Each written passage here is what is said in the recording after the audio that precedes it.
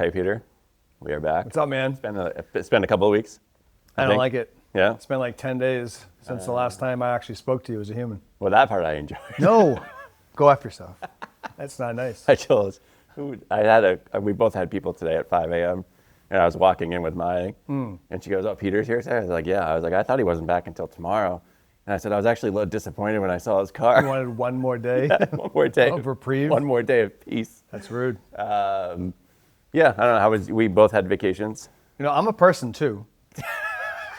So you should probably reach out and like say nice things to your friend when you're gone.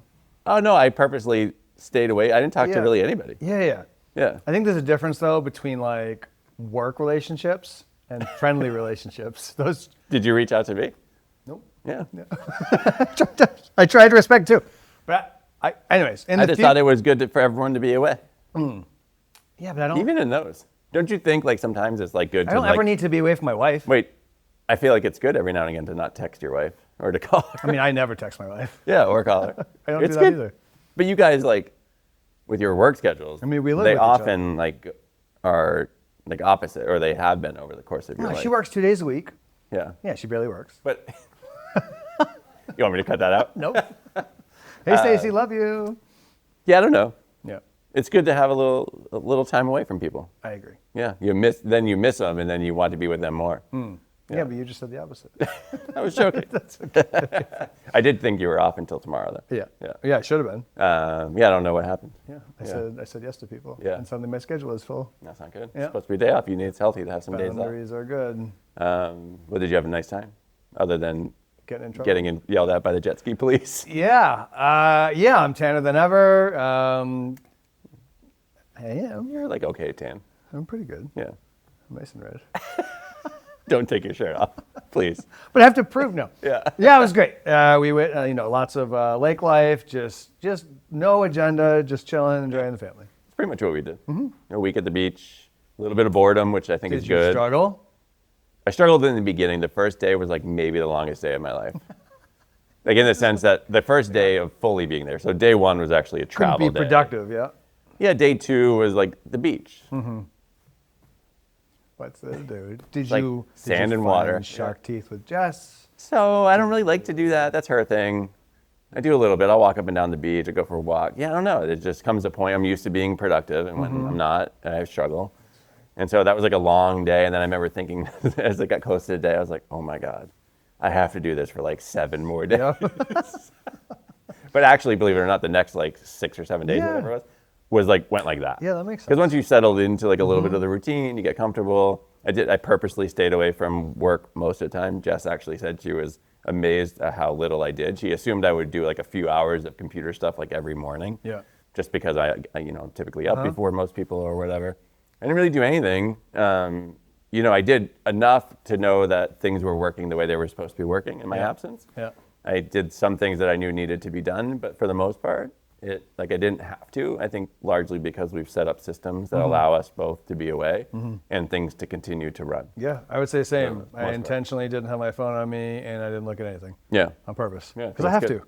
Yeah. Like we have to know that that's okay. You have to be able to do that. Yeah. I think that's part of growing like a good, successful business. Yeah, and it's almost a test. Like if it's not, it'll reveal itself. You're Yeah. like, okay, well then I need to work. If there are things that still require both of our like full attention, Like then in the then moment, those things, But we have systems and we have people that we can trust. Yeah, totally. That do the thing and the business continues to run. I remember the first time that you went on vacation, like when we too. first started Oh this my like God, thing. that was stressful. And you were like, I hope there's a business when I return.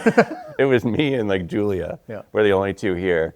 And it was and I was sort of just coming on at that time. Like Yes. I don't think I was even like an No, employee it was yet. like first week. I was just like covering, I think. I think Oh, it was that's more, true. I don't think I was like an employee. I was just No, you doing didn't come on some- until September. Yeah, like it was Yeah. just a little extra. I was doing a little bit of extra time for you, and then I was like, yeah, I can cover you when you're away. And you were just like, I've never been away. I don't know what happens. And then I remember like the first day you called or texted, you go, oh, that was so cool. Like I was away and we still made money or something.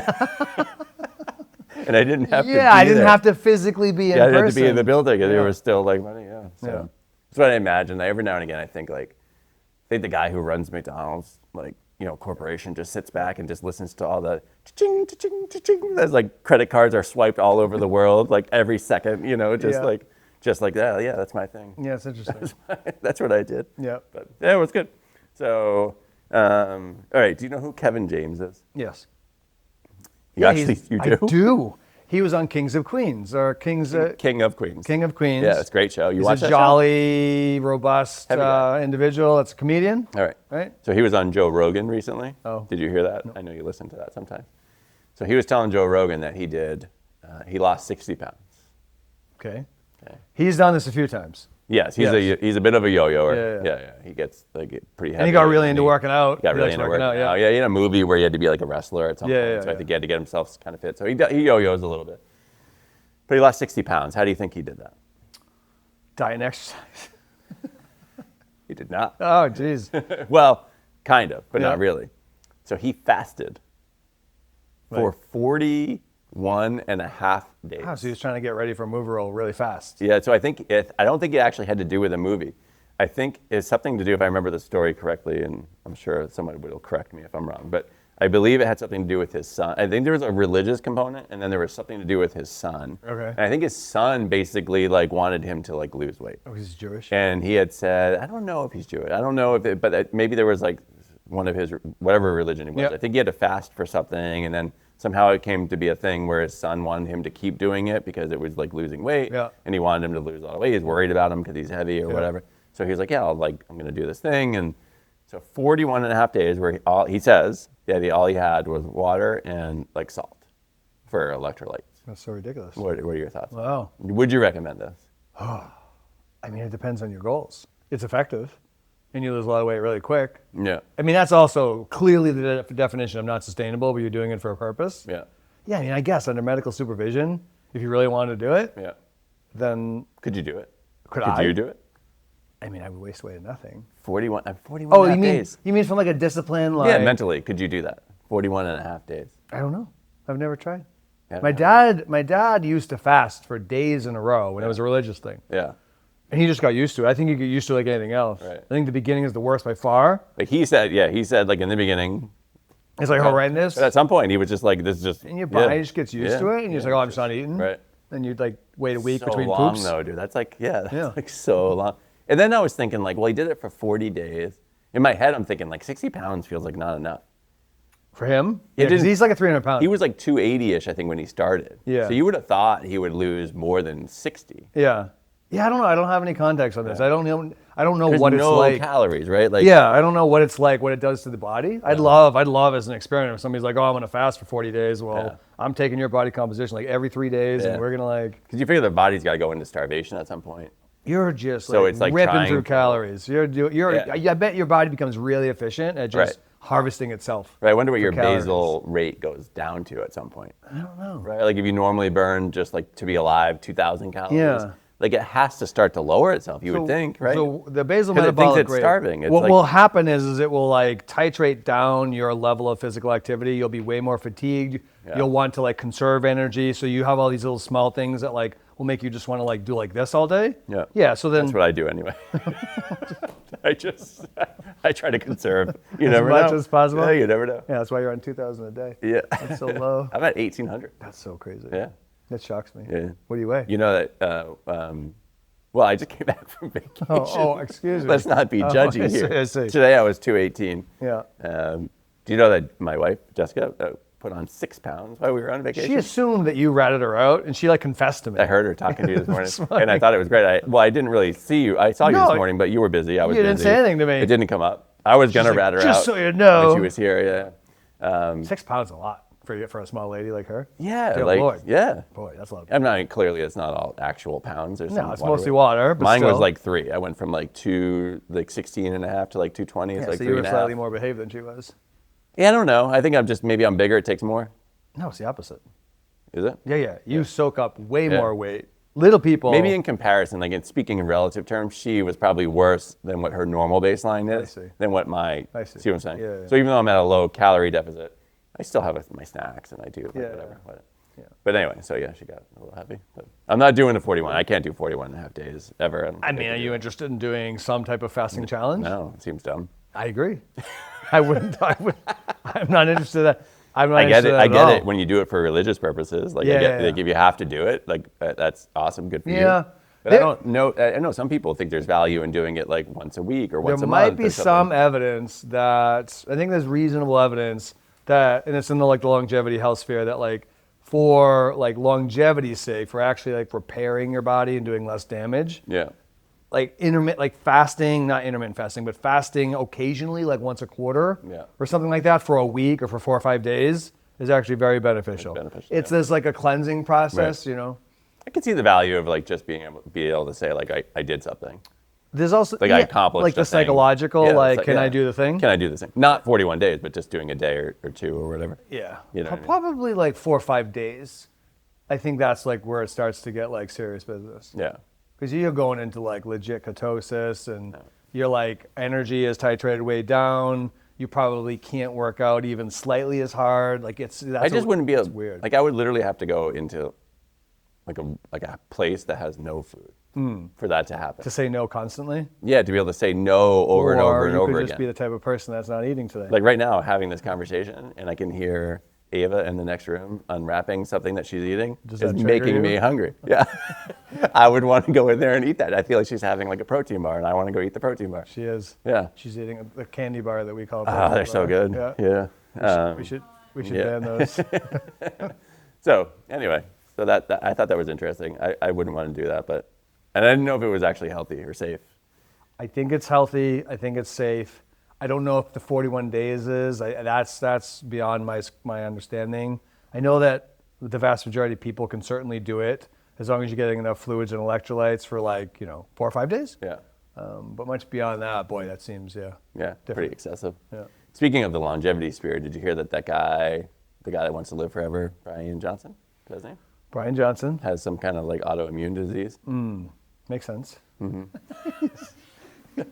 I mean, he's experimenting with all kinds of every stuff. known, but he admits to that. I He's feel like his I'm, body's like fighting back now. I'm essentially a human pincushion, Yeah. right? And he's just trying all of the things. Something went wrong. He's got something, I forget what it's called, like AIG or AGI or some kind of autoimmune. I forget what it is, but I saw it the other day and I was like, oh, that stinks.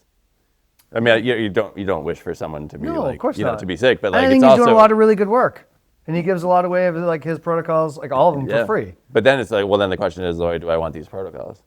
Yeah. Did he do something to himself that Yeah, and resulted so- in this, or was this something that was like bound to happen to him? And Like, we don't know We that. don't know. Yeah. And I think that's unfair interesting. to be like, but people of bad faith will be like, oh, see, Yeah. crazy person, this is what he gets, and it's Right. like, come on, Yeah, that's not true at all.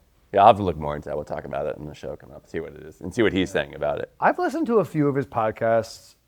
It genuinely, honestly seems like he's a super nice guy. Yeah. That's just looking to do better in the world, and like he doesn't mind because there's none of this like research out there where it's all combined like this. Then he's just gonna spend his money on trying to like do his part and figure it out. Yeah. I think it's pretty cool. Yeah.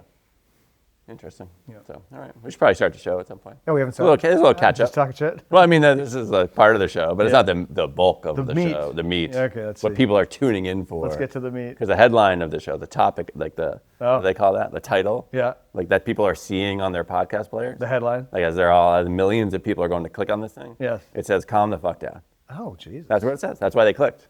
Clickbait. Are we all too crazy? Are we all getting I think so. a little excited? I think so. So As a society or as a company? A little bit of both? No, everybody. Everybody. Hey, let's use your jet skiing example. There was not a lot of calming the fuck down. That's what I mean. There was a lot of people being upset. So give a little. So I think this is a good place. So we'll use your jet skiing, and then we'll use our staff meeting, because those are two recent examples of sort Okay. of trying to get people to calm the fuck down. Yeah. Right. So let's talk about the jet ski thing. Yeah, and then- Yep. Yeah, so I went on vacation. I took my jet skis. My brother rented a boat. So that's basically what we were doing most of the time. Apparently there's like crazy rules around like how close you have to be to shore, and like you can't like be within like 20 feet of other people when they're on paddle boards. You don't want to run them over. Kind of weird, right? I like that you call them crazy rules. Yeah, They're crazy just rules. They're Yeah, just rules. they're meant by like the no fun police to like wag their finger at you and like tell you to stop having fun. So I don't know. I wasn't aware of any of these rules. I just got on my jet ski, did normal stuff, didn't hurt anyone, and apparently I caused a lot of ruckus. and like like the No Fun Association ended up threatening to call like the Marine Patrol, which got back to the renters of the house, which then got back to the rentees, which then got back to me, and they were going to get kicked out. It just, it was a good lesson, and no good time shall be had while on vacation. Right. Would you say it was like a little bit exaggerated, like a little bit too much? Could it have been handled better? It feels like you got targeted pretty hardcore. Yeah, but I also definitely threw caution to the wind and just did what I wanted. What is the surprise? So what is surprise? So was I a bit of an oblivious asshole? Probably. Sure. And once I was told that I probably shouldn't be doing those things, then I adhered to the rules begrudgingly, but I did so. Yeah. But that was after people made like a big. Oh my God, there was so much not calming down. The first reaction is to like. Totally. Is to react and to get upset and to Yeah. like the people that you were spoken to and your people are calling police and like whatever. Whereas if somebody just had, taken some time and To whatever, walk up, and just hey, walk by the up way, to you and say, hey, these are some da-da-da. rules. Are you aware of the rules? People And, don't know like, how to whatever. communicate. People don't know how to do that, right? So their Very instinct is to do the other thing, right? It's to get all worked up and like I'm gonna, I guess the proverbial Karens of the world. Do you know that Karen? That you know how people call people Karens? Yeah. That was switched to Jessica. Why? Like it was recent, like people call it like Jessica. Because of your wife? I think it's because of my wife, and I totally agree with them. They should switch it. First of all, Karen took a beating for like years. For so long. So let's give Karen a break, Close to a decade. and let's give Jessica's a chance. And I think it's appropriate because my Jessica is like this. Pretty Yeah. creepy. Yeah. Calm down, Jessica. So then there's that, and then we had a recent situation. I forget exactly the circumstances around. You remember why we ended up having this? Yes. The staff meeting about Yes. it. So the exact reason was, and this is shocking for me that you don't remember this. I don't remember unless this. you're pretending. I mean, I'll remember. You want me it to share in a the second. story? Yeah, Okay. share the story. So you and I were sitting in there in the office. We're having our meeting. Yeah. And then Christina comes in and she's like, yeah. "Oh, like these people need to schedule discovery meetings with you. Yeah. Can I do it at this time?" Yeah. And you just felt like the stress come off, could- like yes. like that she just like it was flustering. Because the way she delivered it was like, these people keep calling and they need to schedule times and like you don't have any times and can I put it in this time? And it was like immediate. It was all of this thing, and I was just like, oh my God! Like, she left, and I was like, what is like? Every problem has a solution. And it worked out fine. Like And it was worked like it out was fine. You literally looked at her and said, just put it on this one and this one, and she was like, oh, okay. And then I It's walked done. away. But her first reaction was to like be like all worked up about the thing, and to make it out like this is a thing that can never be solved. And like, this is a horrible, right? And you could feel the stress and you could feel the anxiety and the way she carried herself into the room. It's not even the words more than, we're not even talking about Christina at this point, like anybody, right? Yeah. Myself, like Yeah. if I am making something bigger than what it is in reality, Yeah. you feel that from me. You could feel it. And we've had multiple instances like that with people around the staff. That's what got you and I talking about this, which ended up why we're doing this on the show, is because it feels like the first instinct of people often is to go into this like panic mode, to go into to the stressed out thing, oh my God, this is the worst it could ever be. Like there's no solution here, or this is a problem, and someone's gonna be mad at me, and like all of this other stuff, versus the other thing, which I think is like take a little bit of a pause, and just like really analyze it and think like, okay, is there a solution here? You know what I mean? Like there's probably a solution. There's always a So solution. that's what I thought we would talk about today is how do we do this? What's the messaging around this? How do we help people figure out, as bad as something might seem in the moment, most likely, the things I always tell my kids, for instance, like two things. One, is the first one is this too shall pass. Like I talk It to always people. does. As bad as something is, no matter what it was in your life, as bad as it was in that moment. Yeah. 1 year ago, 5 years ago, 10 years ago, that thing has passed and you've moved 10 on. minutes ago. Yeah, 10 minutes ago, like you have like moved on. Now, some things are worse than others. Like I get it. Like there's moments in life that are more hard hitting or whatever than others. But that moment too shall pass, right? And you'll get past it, as you move away from it a little bit. But as big as it seems, it's going to, at some point, it will seem like a distant memory, right? And you'll Or it will maybe be even insignificant. last. It will be very insignificant. And or like the greatest adversity also causes the greatest growth if you're capable Sure. of rising to the occasion. Yeah, it's huge. So like in the moments when it feels the most dark, if if you had that experience and you can attend to the moment and you know that this too shall pass, even when it's terrible, then you know that you'll come out the other side because that's been your experience in the past. Right. Then you can almost revel in like the discomfort. Right. I'm going to learn something from this because it requires discomfort for growth, I think. I would agree. Yeah. And I think it's hard for people to do that because in when something really bad is happening to you, It feels bad. It feels pretty horrible. Yeah. It feels like nobody understands this and nobody has ever been through this. Meanwhile, millions of people have been through the exact same thing at some point in their life. You are not unique. And you are not unique. I hate to burst your bubble, but like you're not that special like interesting. Wallflower. Yeah, you're not special. Like this has happened to somebody at some point. Any idea that you've had has been had a million times before, right? So what would be the strategy then? So say something just really horrible happened here today, something business-wise, I don't know. Say like 90% of our people called and canceled today. We don't want to put that in the universe, but like whatever. Like they just said, forget you guys, you're the worst. There goes the phone. Yeah, like 90% of your revenue.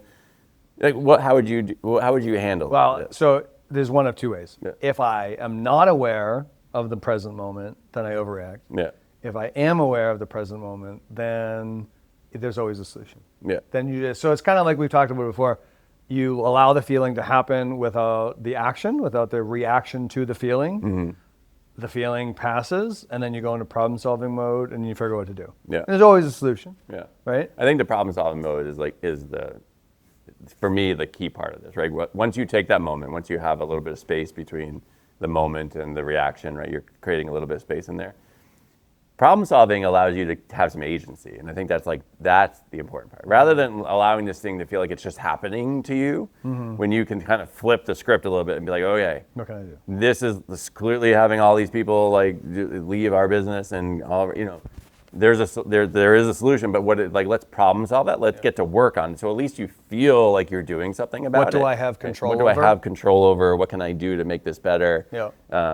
And for me, I mean, I know I intentionally will say things like, this too shall pass. I'll say every problem has a solution. I say it to myself. It's like a mantra, right? Like, and then it helps me reorient myself and to get back on track and to think like, okay, now I can enter into what am I going to do about this? How am I going to make this like better?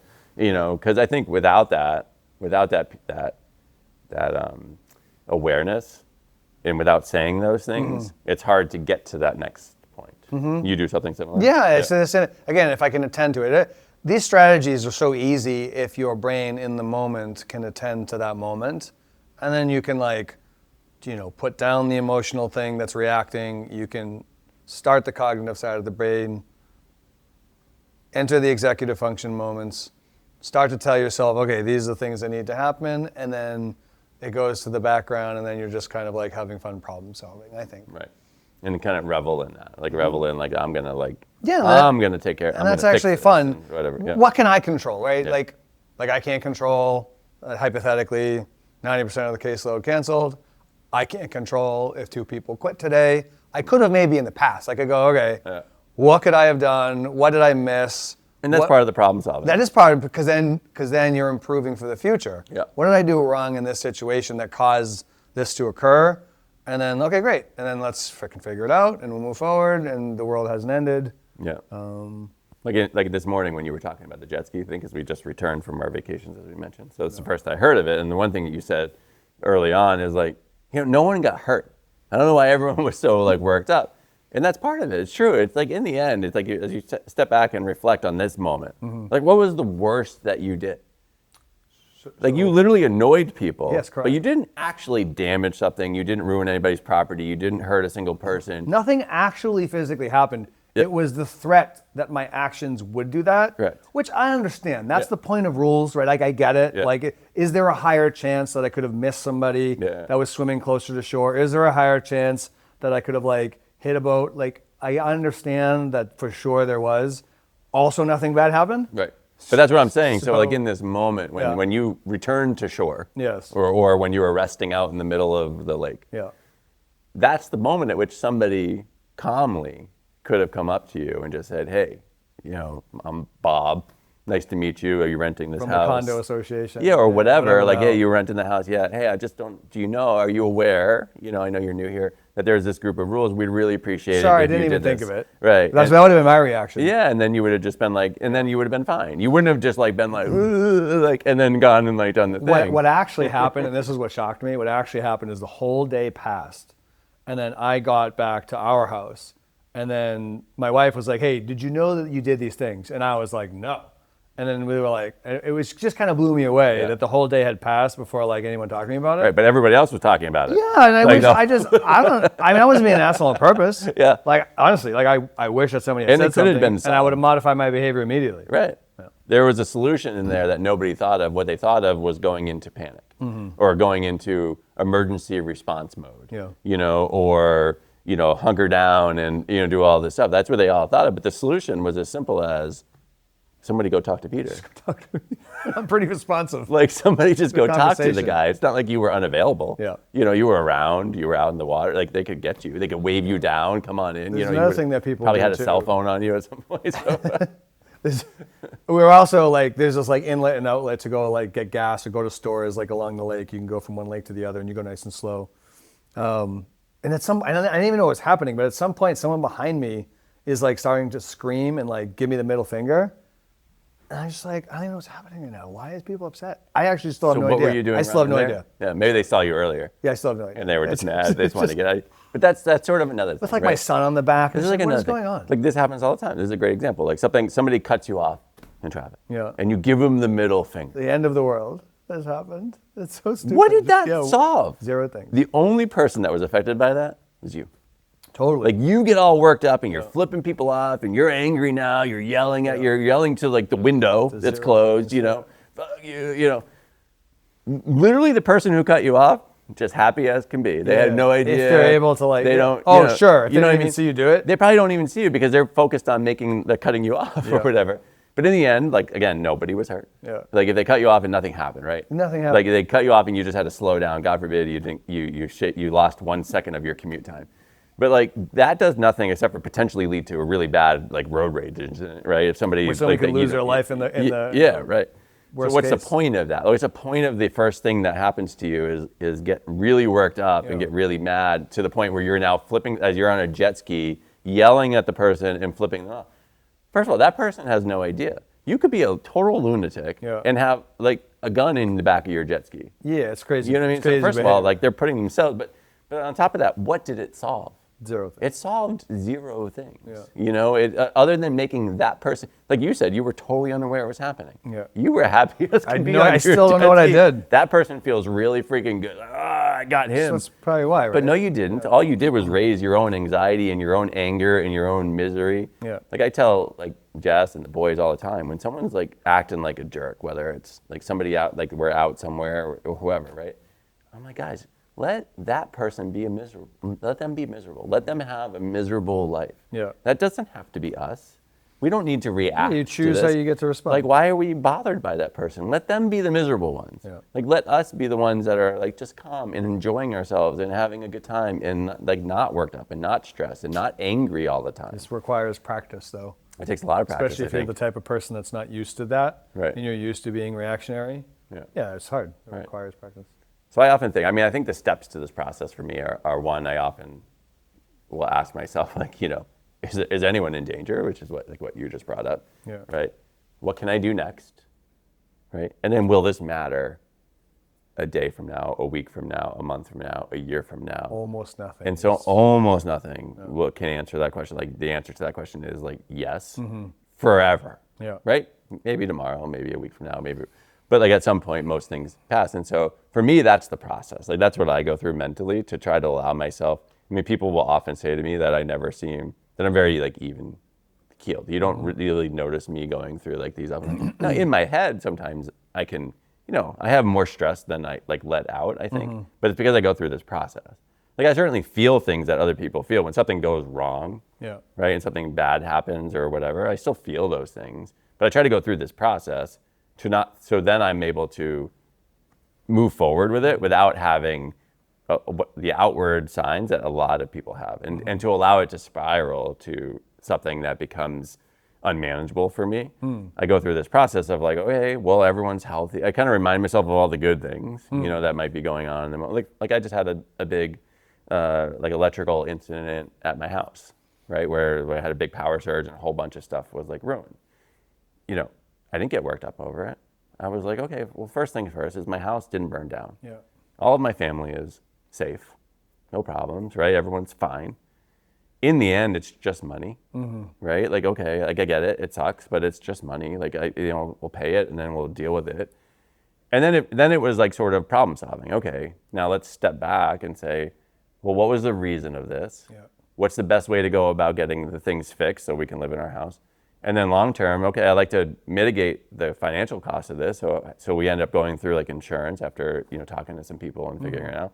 And so now it's not even going to cost me anything.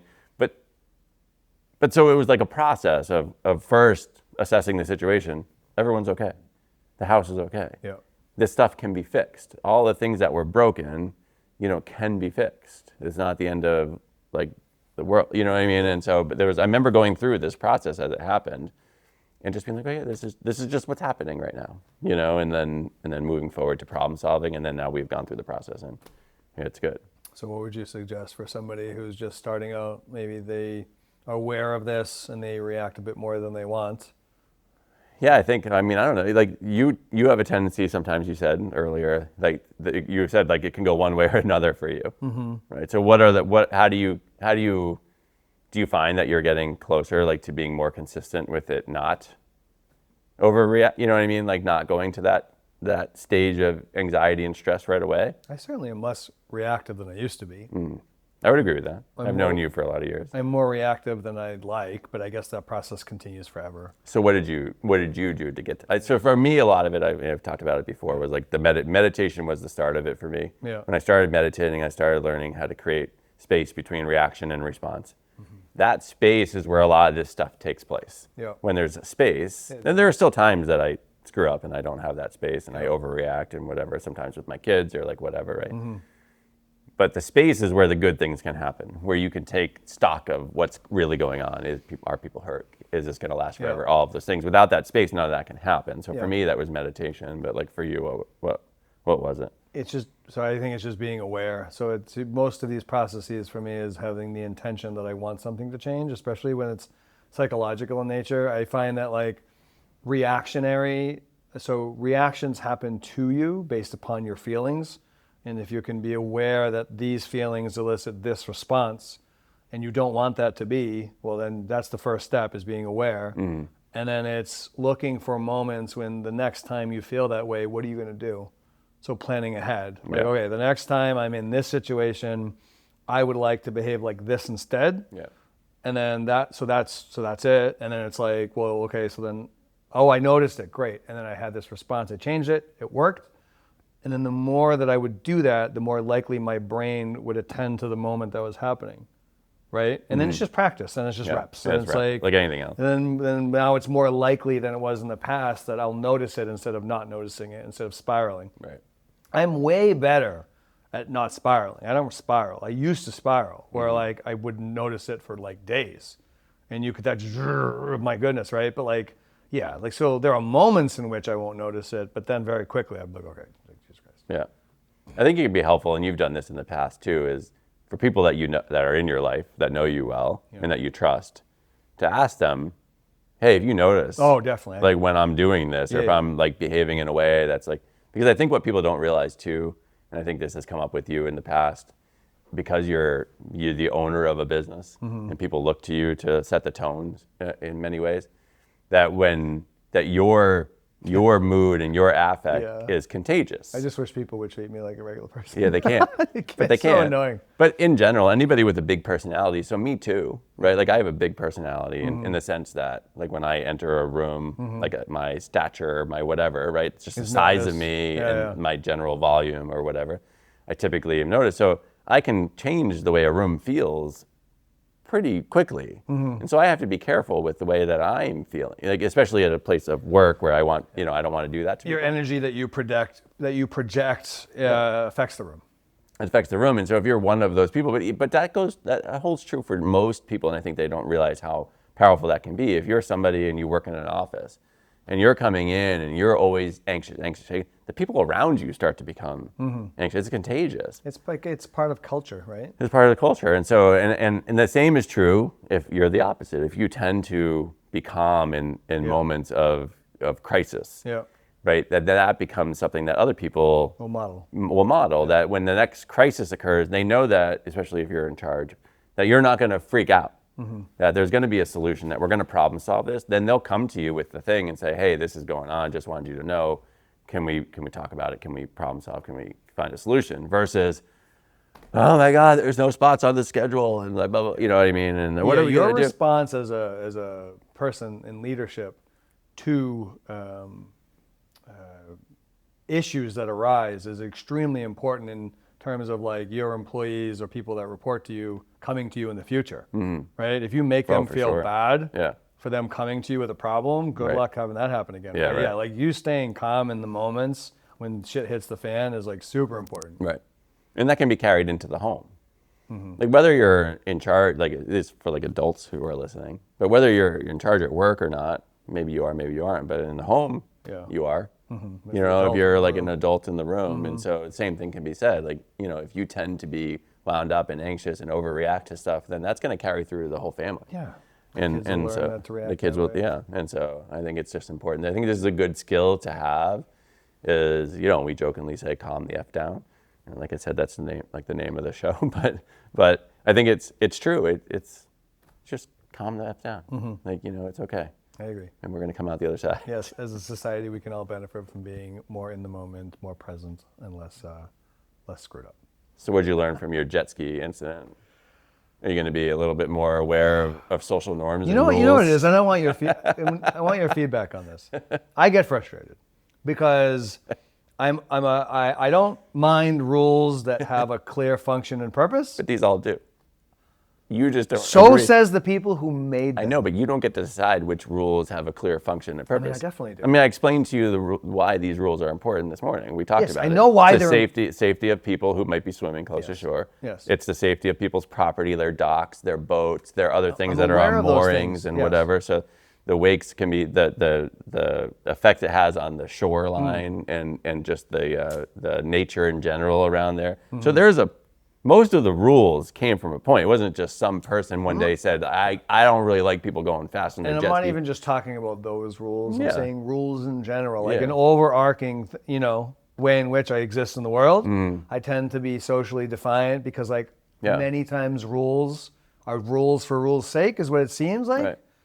And if I But so put yourself, because you like to create rules around here. I don't like to create rules. But you do it pretty. How so? You do it pretty willingly. You're like, oh, there has to be a system for this, and there has to be a system for this, and people can't just do this, and people can't just. So how do you think they feel?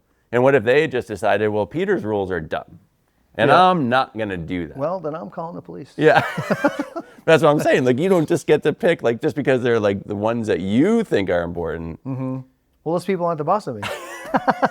Well, on Lake Ossipee they are. Yeah, well, they can try. I guess. Sure, police. Yeah. Yeah, I just think like you kind of pick and choose which rules you think are. Obviously. Yeah. Yeah. I'm not just going to adhere to a rule because it was I don't like rules either. Yes. I'm similar to you. I think rules are dumb. I think societal norms are mostly stupid. Like I find it, but there are some that I like, adhere to. Yeah, as long as it just make it make sense, and I'll adhere to the rule happily. Yeah. Or if your wife yells at you. Yeah, that'll definitely That will work do too. it. Yeah. That's the real key. Yeah. Okay, very good. Thank you for that conversation. That's fun. Until next time. All right, see ya. Bye.